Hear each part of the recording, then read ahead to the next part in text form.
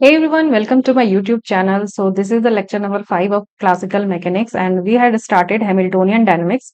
So today we will continue. So last class तक हमने देख लिया था कि हैमिल्टोनियन के बारे में काफी कुछ देख लिया था और लास्ट टॉपिक जो था वो हमने डिस्कस किया था कि जब हम हैमिल्टोनियन का टोटल टाइम डेरिवेटिव लेते हैं तो वहां हमें क्या मिलता है। तो वहां से मिला था कि हैमिल्टोनियन कब कंजर्व होगा, उसके कंडीशन मिला था कि हैमिल्टोनियन के कंजर्वेशन के कंडीशन मिला था कि कब कंजर्व्ड होगा हैमिल्टोनियन और कब नहीं होगा। तो वहां तक तो हमने देख लिया था। ठीक है, आज इसके आगे देखते हैं, कुछ और चीजें हम इसमें ऐड कर लेते हैं। तो नेक्स्ट हम जो देखेंगे वो है हमारा कि किसी भी सिस्टम का हैमिल्टोनियन और उस सिस्टम के टोटल मैकेनिकल एनर्जी में क्या रिलेशन होता है। आज हम उसको डिस्कस कर लेते हैं। ठीक है, तो स्टार्ट करते हैं। Next is relation between Hamiltonian and total energy, या फिर सिंपली एनर्जी लिख दो।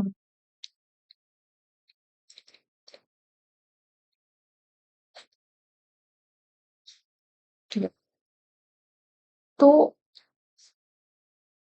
हाँ, हम्म तो हमें पता है कि हैमिल्टोनियन को डिफाइन करने का जो तरीका होता है वो होता है कि H is equals to summation P I Q I. Last class में ये सब चीजें हमने देख लिया। P I Q I dot minus L, ये हमारा डेफिनेशन है हैमिल्टोनियन का।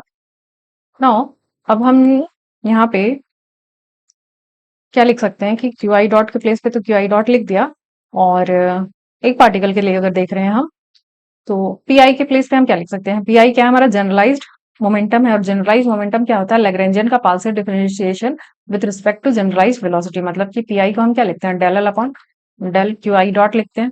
तो इसके प्लेस पे हम वही पे यहाँ पे वही लिख रहे हैं कि del L upon del Q I dot लिख रहे हैं, माइनस एल है। ठीक है, अब हम एल के प्लेस, एल हमारा क्या है, लैग्रेंजियन ऑफ द सिस्टम, और वो क्या होता है, काइनेटिक एनर्जी माइनस पोटेंशियल। तो हम लिख सकते हैं कि H is equals to Q I dot, इसको लिख सकते हैं del upon del Q I dot, और यहाँ पे हम लिखेंगे T minus V minus L के प्लेस पे हम क्या लिखेंगे, टी माइनस वी।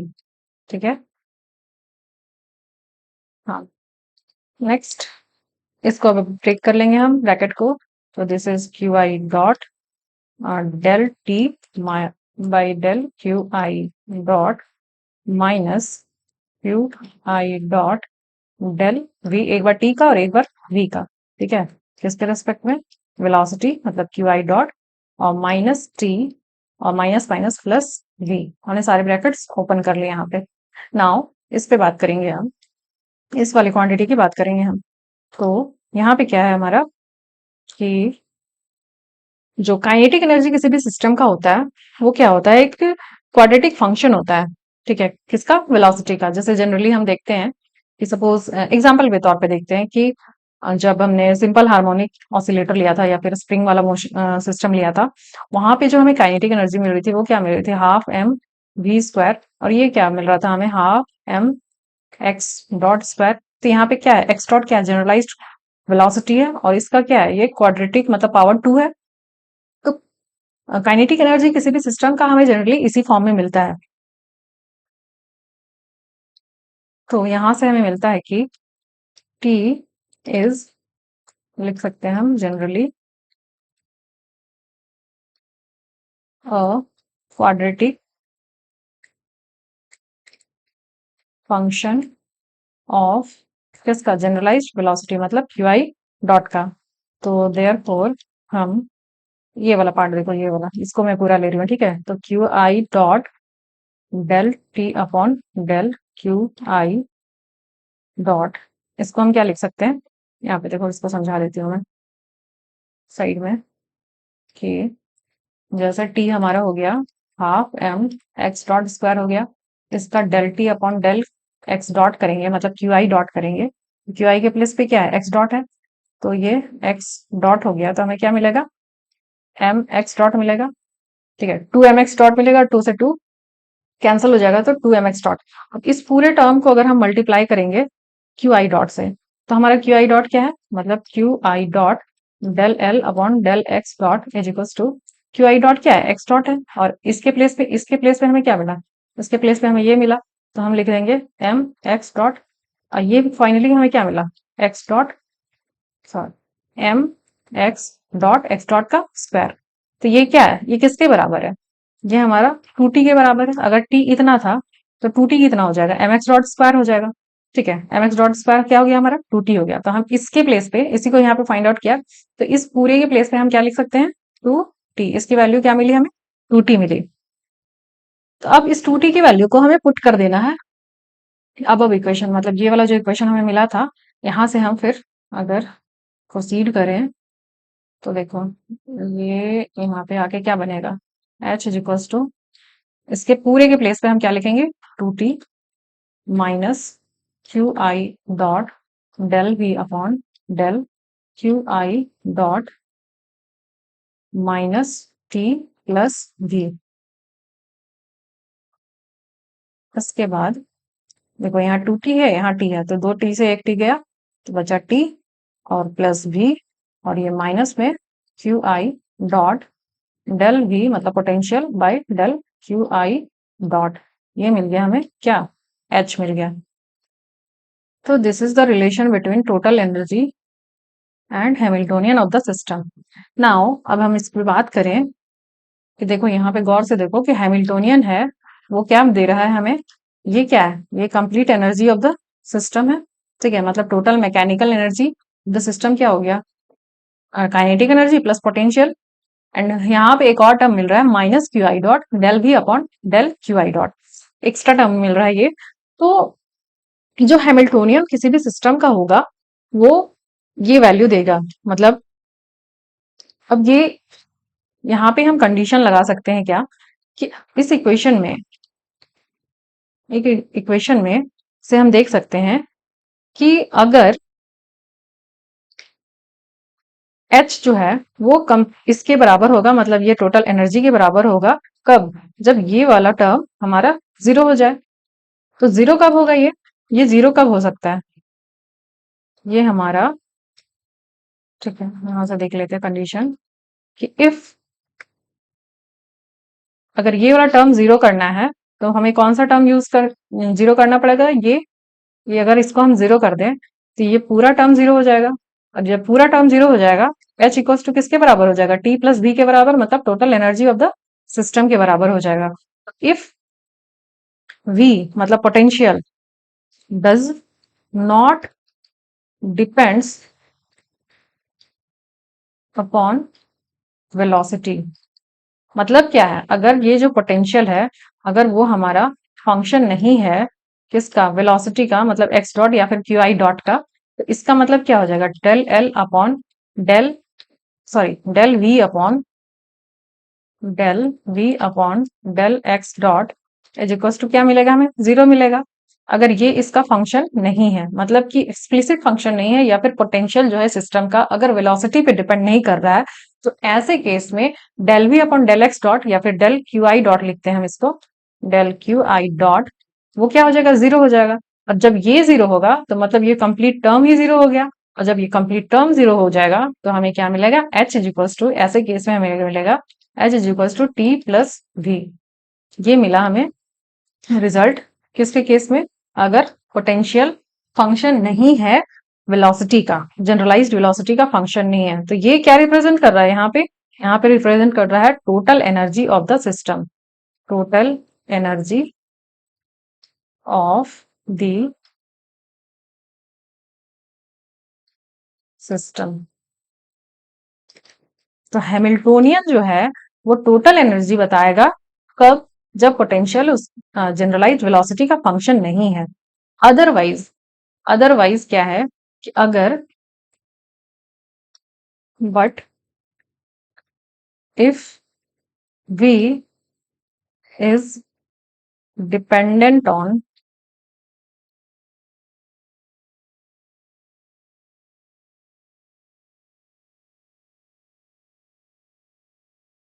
वेलोसिटी, मतलब जनरलाइज्ड वेलोसिटी, या फिर ऐसा लिख दो क्यू आई डॉट, तो ऐसे केस में क्या हमें del V upon del Q I dot zero नहीं मिलेगा, मतलब does not equals to zero. और ऐसे केस में एच जो है वो टोटल एनर्जी ऑफ सिस्टम को रिप्रेजेंट नहीं करेगा। ठीक है, total energy of the system.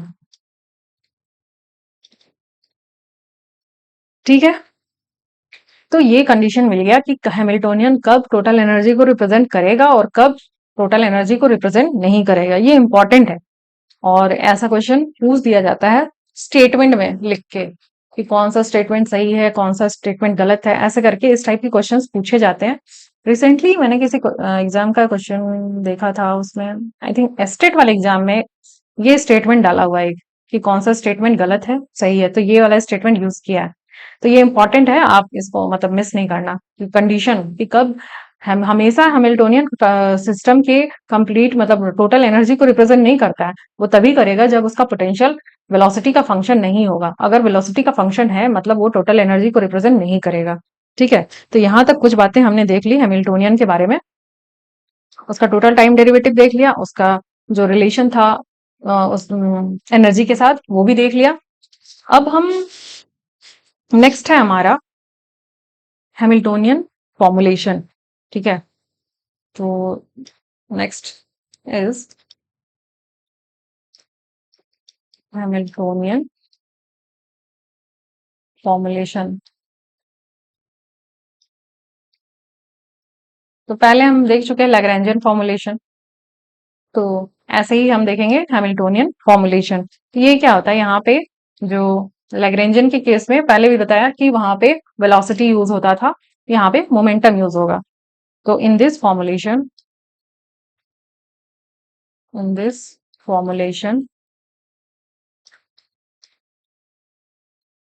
qi, pi and t are used as basic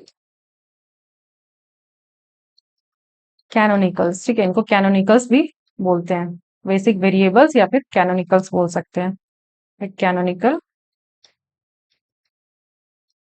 variables. ठीक है, और क्या है इसका कि ये जो फॉर्मुलेशन है या फिर हैमिल्टन इक्वेशन ऑफ मोशन जहाँ यहाँ से हमें मिलता है, वो कैसे मिलता है हमें। तो इसमें जो इक्वेशन ऑफ मोशन मिलता है हमें, are obtained by either Legendre transformation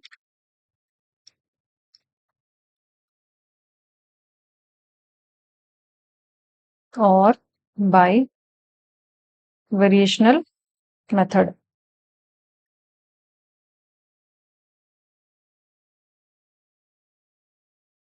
देखो, जब हमने लैग्रेंजियन वाला केस करा था, लैग्रेंजियन फॉर्मुलेशन का, तो वहां जो इक्वेशन ऑफ मोशन मिल रहा था हमें, वो किसमें मिल रहा था, मतलब वेरिएशनल प्रिंसिपल का यूज हो रहा था वहां पे। और यहाँ पे जो इक्वेशन ऑफ मोशन मिलेगा, हैमिल्टन इक्वेशन ऑफ मोशन मिलेगा, वो मिलता है हमें या तो हम उसका लीजेंड्रे ट्रांसफॉर्मेशन करते हैं। ठीक है, इसको आप अंडरलाइन कर लो कि या तो लीजेंड्रे ट्रांसफॉर्मेशन करते हैं या फिर वेरिएशनल मेथड का यूज करके हम इक्वेशन ऑफ मोशन को फाइंड करते हैं। तो ये बात आप इंपॉर्टेंट है, इसको आप ध्यान में रखना। ठीक है, स्टैटिक मार्क लगा दिया मैंने। तो ये जो एक दो लाइंस में ऐड करती हो ना, तो ये इंपॉर्टेंट होते हैं। मतलब जब कैलकुलेटिव पेपर नहीं आता है तो इस टाइप के क्वेश्चंस बहुत इंपॉर्टेंट हो जाते हैं, मतलब इस टाइप के जो स्टेटमेंट्स है वो बहुत इंपॉर्टेंट हो जाते हैं। ये वाला भी एक क्वेश्चन आया हुआ है, मैं दिखाऊंगी प्रीवियस ईयर जब करूंगी। तो ये वाला भी एक क्वेश्चन आया है कि किसका किसका किसका फंक्शन होता है, ऐसे करके। तो ऐसे स्किप मत कर जाना। तो यहां से हमें मिलेगा कि हमें पता है, सिंस हमें पता है कि एच जो है वो फंक्शन है किसका, हैमिल्टोनियन फंक्शन है जनरलाइज्ड कोऑर्डिनेट का, मोमेंटम का और टाइम का। ठीक है, टाइम का फंक्शन है। तो जब हम हैमिल्टोनियन का डिफरेंशिएशन करते हैं, देखो del H upon del Q I is equals to, तो हमें मिलता है यहाँ से माइनस पी आई डॉट। ये क्या मिलता है, माइनस पी आई डॉट। और इसी हैमिल्टोनियन का जब हम डिफरेंशिएशन करते हैं डेल पी आई के रिस्पेक्ट में, तो हमें मिलता है क्यू आई डॉट। और इन दोनों को ही हम कंबाइंड वे में, कंबाइंड फॉर्म में बोलते हैं क्या, यही दोनों कहलाते हैं हमारे हैमिल्टन्स इक्वेशन ऑफ मोशन। ठीक है, हैमिल्टन इक्वेशन ऑफ मोशन और कुछ नहीं है, यही जो इक्वेशन है यही है हमारा Hamilton's equation of motion. Equation of motion, ठीक है। अब इसको याद कैसे रखना है, देखो सबसे पहले तो देखो कि ये जो हैमिल्टोनियन है वो फंक्शन है किसका, Q I P I T का, मतलब जनरलाइज कोऑर्डिनेट, मोमेंटम और टाइम का। तो एक बार हैमिल्टोनियन को डिफरेंशिएट कर दो किसके रिस्पेक्ट में, एच को डिफरेंशिएट करो पहले क्यू आई के रिस्पेक्ट में, तो del H upon del Q I, तो हमें क्या मिलेगा, माइनस पी आई डॉट मिलेगा। ध्यान रखना पहले वाले के टर्म में, पहले वाले के रिस्पेक्ट में जब हम डिफरेंशिएट करेंगे तो हमें माइनस पी आई डॉट मिलेगा माइनस में, ठीक है, ये माइनस में मिल रहा है। सेकंड, हम उसी हैमिल्टोनियन का डिफरेंशिएशन क्या करेंगे, किसके रिस्पेक्ट में, अब मोमेंटम के रिस्पेक्ट में करेंगे, तो del H upon del P I is equal to क्या मिलेगा हमें, क्यू आई डॉट मिलेगा। जब फर्स्ट के रिस्पेक्ट में कर रहे हैं तो हमें माइनस साइन मिल रहा है, जब सेकंड के रिस्पेक्ट में कर रहे हैं तो हमें क्यू आई डॉट मिल रहा है, यहाँ पे प्लस मिल रहा है, ठीक है। तो कंफ्यूज मत कर जाना कब मिल रहा था क्यू आई, कब मिल रहा था पी आई। क्यू आई करेंगे तो पी आई मिलेगा, पी आई करेंगे तो क्यू आई मिलेगा, ऐसे याद कर लेना, ठीक है। और पहले इसके रिस्पेक्ट में किया करो, जो पहले इसके रिस्पेक्ट में जाओ फिर इसके रिस्पेक्ट में जाओ, ऐसे। तो इस टाइप से कंफ्यूजन नहीं होगा कि माइनस साइन किसके साथ लग रहा है, तो पहले वाले में माइनस का साइन लग रहा है, ऐसे याद रखना। हैमिल्टन इक्वेशन ऑफ मोशन हमारा यही है, ठीक है। नेक्स्ट इज कि Poisson's equation of motion. Next हमारा है पॉइजन्स इक्वेशन ऑफ मोशन। उससे पहले हम देख लेते हैं कि डायनेमिकल वेरिएबल्स क्या होता है, ठीक है, डायनेमिकल क्वांटिटीज क्या होते हैं। तो हम्म, चलो देख लेते हैं डायनामिकल क्वांटिटी।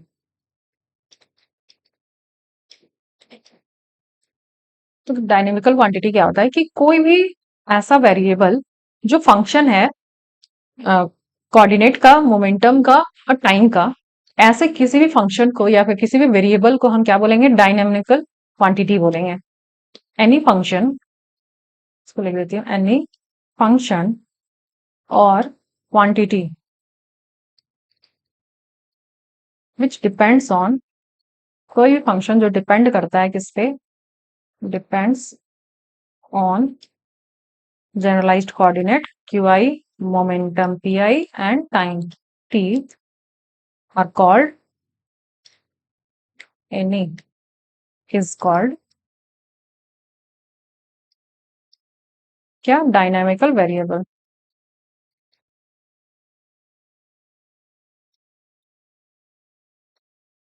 कोई भी ऐसा क्वांटिटी जो क्यू आई पी आई या फिर और टी पे डिपेंड करेगा, ऐसे वेरिएबल को, ऐसे क्वांटिटी को हम क्या बोलेंगे, dynamical quantity.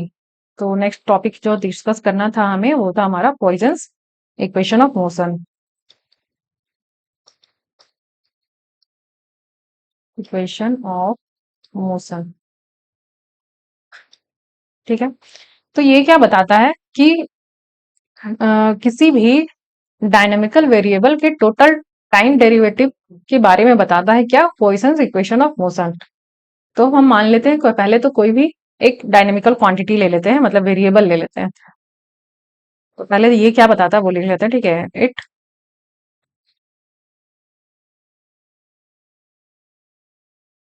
It gives total time derivative of any dynamical variable.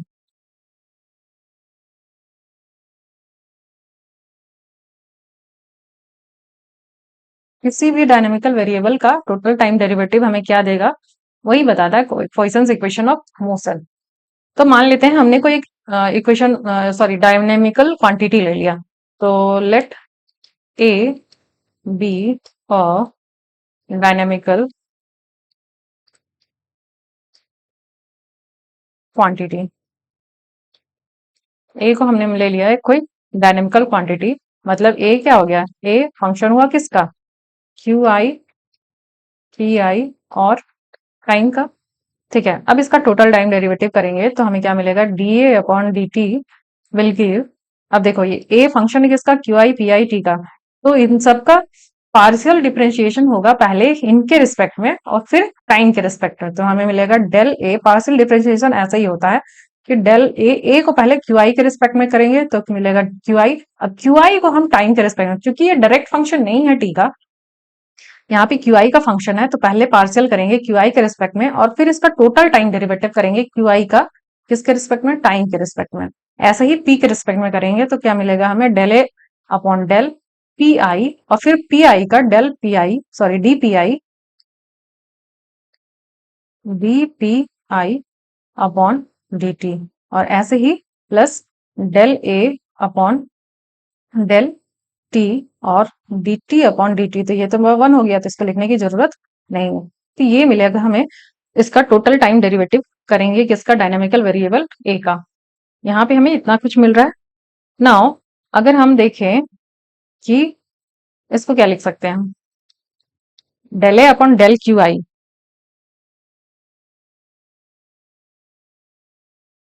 और इसके बाद है D Q upon D T. तो ये मिला हमें del A upon del Q I, और D Q I upon Q D T equals to क्या हो जाएगा, Q I dot plus del A upon del P I, और ये हो जाएगा हमारा P I dot plus del A upon del T. ये क्या मिला हमें, D A upon D T. ठीक है, अब हम यहाँ पे यूज करेंगे हैमिल्टन इक्वेशन ऑफ मोशन। तो हैमिल्टन इक्वेशन ऑफ मोशन में हमें क्या मिला, हमने देखा कि क्यू आई की डॉट के प्लेस पे क्या लिख सकते हैं, del H upon del P I dot. यहाँ पे इक्वेशन में देखो है हमारा क्यू आई डॉट है, ये देखो ये क्यू आई डॉट है, इसके प्लेस पे हम क्या लिखेंगे, del H upon del P I dot लिखेंगे, और यहाँ पे हमारा पी आई डॉट है, तो del H upon del Q I dot, और इक्वल्स टू हमें माइनस पी आई मिलता था, तो पी आई डॉट के हम प्लेस पे हम del H upon del Q I dot और माइनस साइन के साथ। ठीक है, तो ऐसे ही लिखेंगे हम किसका यूज करते हुए, हैमिल्टन इक्वेशन ऑफ मोशन को यूज करते हुए। तो हम लिखते हैं यहाँ पे using Hamilton's equation of motion, मतलब कि Q I dot is equals to हमें क्या मिला, del H upon del P I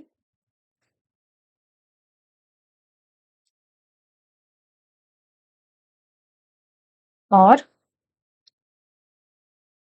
P I dot is equals to minus minus del H upon del Q I.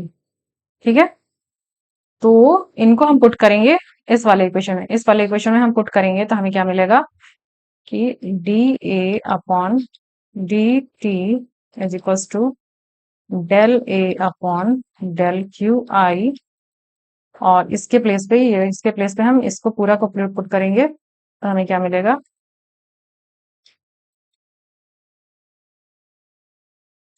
Del H upon del P I, इसको bracket में लिख देते हैं, और यहाँ भी मिलेगा प्लस,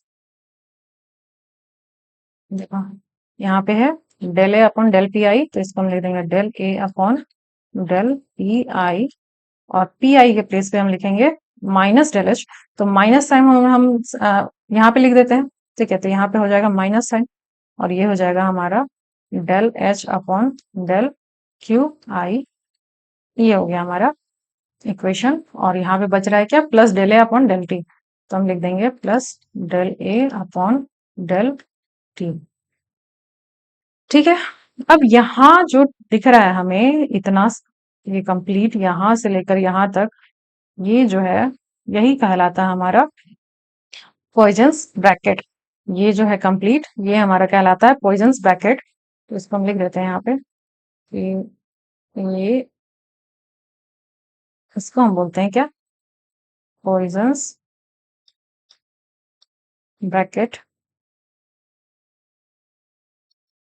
और इसको हम इसको रिप्रेजेंट करते हैं, लिखा जाता है जो पॉइजन्स ब्रैकेट जो लिखा जाता है वो होता है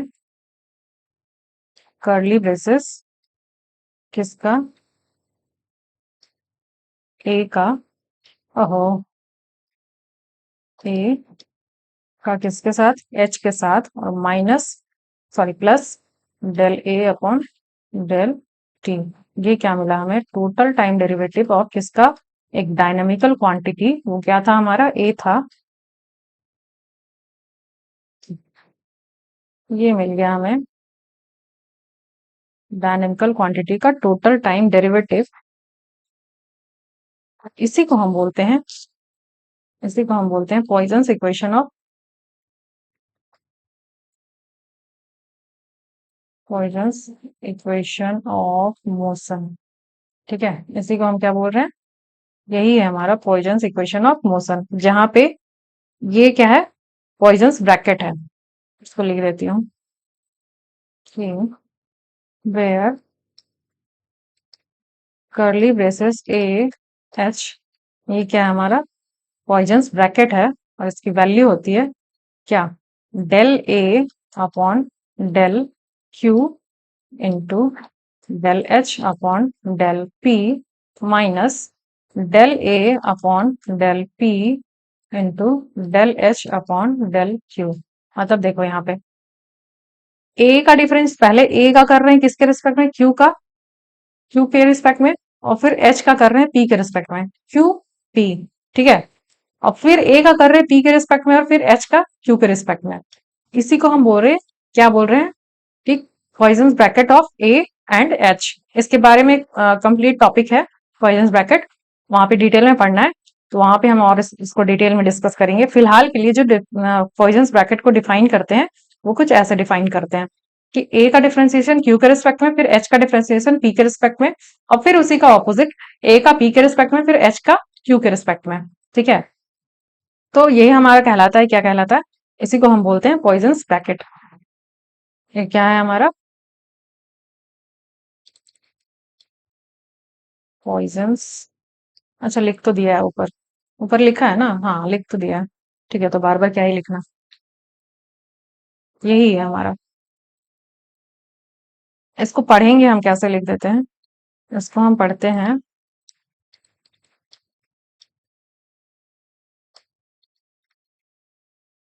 पॉइजन्स ब्रैकेट ऑफ किसका, ए एंड एच। इसको हम बोलते हैं poison bracket of A and H, curly braces इसको रिप्रेजेंट करते हैं, शायद कैपिटल से भी करते हैं, और ऐसे कॉमा ए कॉमा एच ऐसे करके लिखते हैं। ठीक है, अब इसके आगे कंडीशंस देखेंगे हम कुछ, कि इसमें जब ए, जो हमारा डायनेमिकल वेरिएबल हमने चूज किया, वो जब कैसा डायनेमिकल वेरिएबल कैसे रिजल्ट्स देता है वो देखेंगे। तो यहाँ पे अगर हमने मान लो, पहले हमने चूज किया, लेट पहला हमने ले लिया कि इफ ए जो हमने लिया वो हमने हैमिल्टोनियन ले लिया। ठीक है, और हैमिल्टोनियन क्या है, फंक्शन ऑफ किसका, क्यू का, पी का और टी का। ठीक है, मतलब क्यू आई पी आई और टी आई टी का है। तो ऐसे केस में क्या हो जाएगा,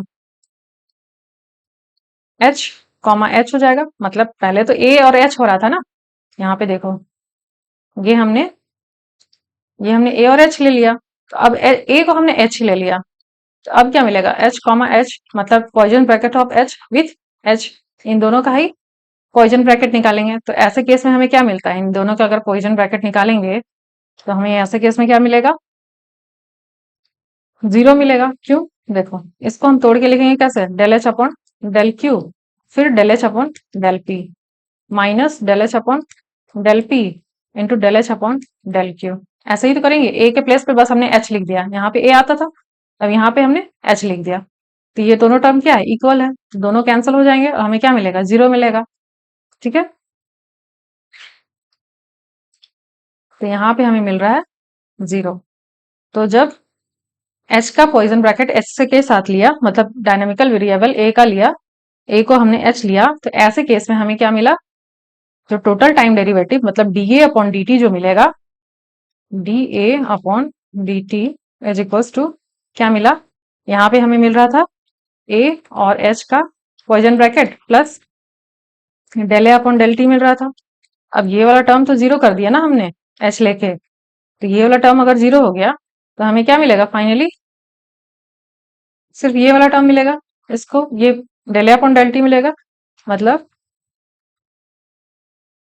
कि total time derivative of A with respect to time is partial derivative of A with respect to time.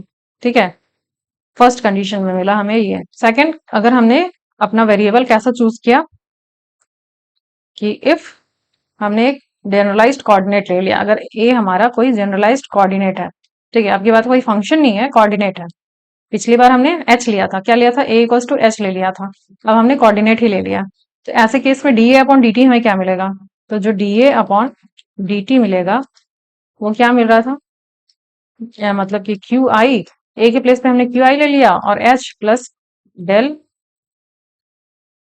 A upon del T. ऐसे केस में अब क्यू आई का, अब ये वैल्यू क्या देगा हमें, देखो ये वाला जो है ये हमें क्या देगा, del A upon del T, ये क्या देगा हमें, 0 देगा। क्यों, ए जो है वो हमने फंक्शन लिया किसका, जनरलाइज्ड कोऑर्डिनेट का, तो मतलब कि del A upon del T, क्योंकि ये फंक्शन है ही नहीं टाइम का, ये फंक्शन टाइम का है ही नहीं, तो del A upon del T तो हमारा 0 आएगा ना, तो बस इसकी वैल्यू क्या मिलेगी हमें, 0 मिलेगी। तो हम यहां से लिख सकते हैं क्या कि since del A upon del T equals to 0, क्यों, मतलब as a is not a function of t। समझ में आ गया मैं क्या बोल रही हूँ, a जो है वो हमने ले लिया क्यू आई, मतलब कि कोऑर्डिनेट, तो a तो फंक्शन नहीं हुआ ना टाइम का, a फंक्शन का नहीं हुआ टाइम का, तो मतलब del A upon del T हमारा क्या हो गया, 0 हो गया। ठीक है, तो ऐसे केस में ये del A upon del T हमारा 0 हो गया, तो हमें क्या मिला, D A upon D T, यहाँ से D A upon D T is equal to simply क्या मिला, पॉइजन ब्रैकेट मिला किसका, जनरलाइज कोऑर्डिनेट का, किसके साथ, हैमिल्टोनियन के साथ। कब मिला, जब हमने डायनेमिकल वेरिएबल अपना चूज किया एक जनरलाइज कोऑर्डिनेट का। तो ये क्या है, एक अनदर फॉर्म है इक्वेशन ऑफ मोशन का, हैमिल्टन इक्वेशन ऑफ मोशन का एक अनदर फॉर्म है, उसको लिखने का तरीका है। ठीक है, तो another form of Hamilton's equation of motion. एक और कंडीशन ले लेते हैं, पहला हमने लिया ए को एच मान लिया, दूसरे में ए को जनरलाइज वेलोसिटी, जनरलाइज कोऑर्डिनेट मान लिया। अब नेक्स्ट है हमारा कि अगर हम इफ वेलोसिटी, सॉरी मोमेंटम ले लेते हैं,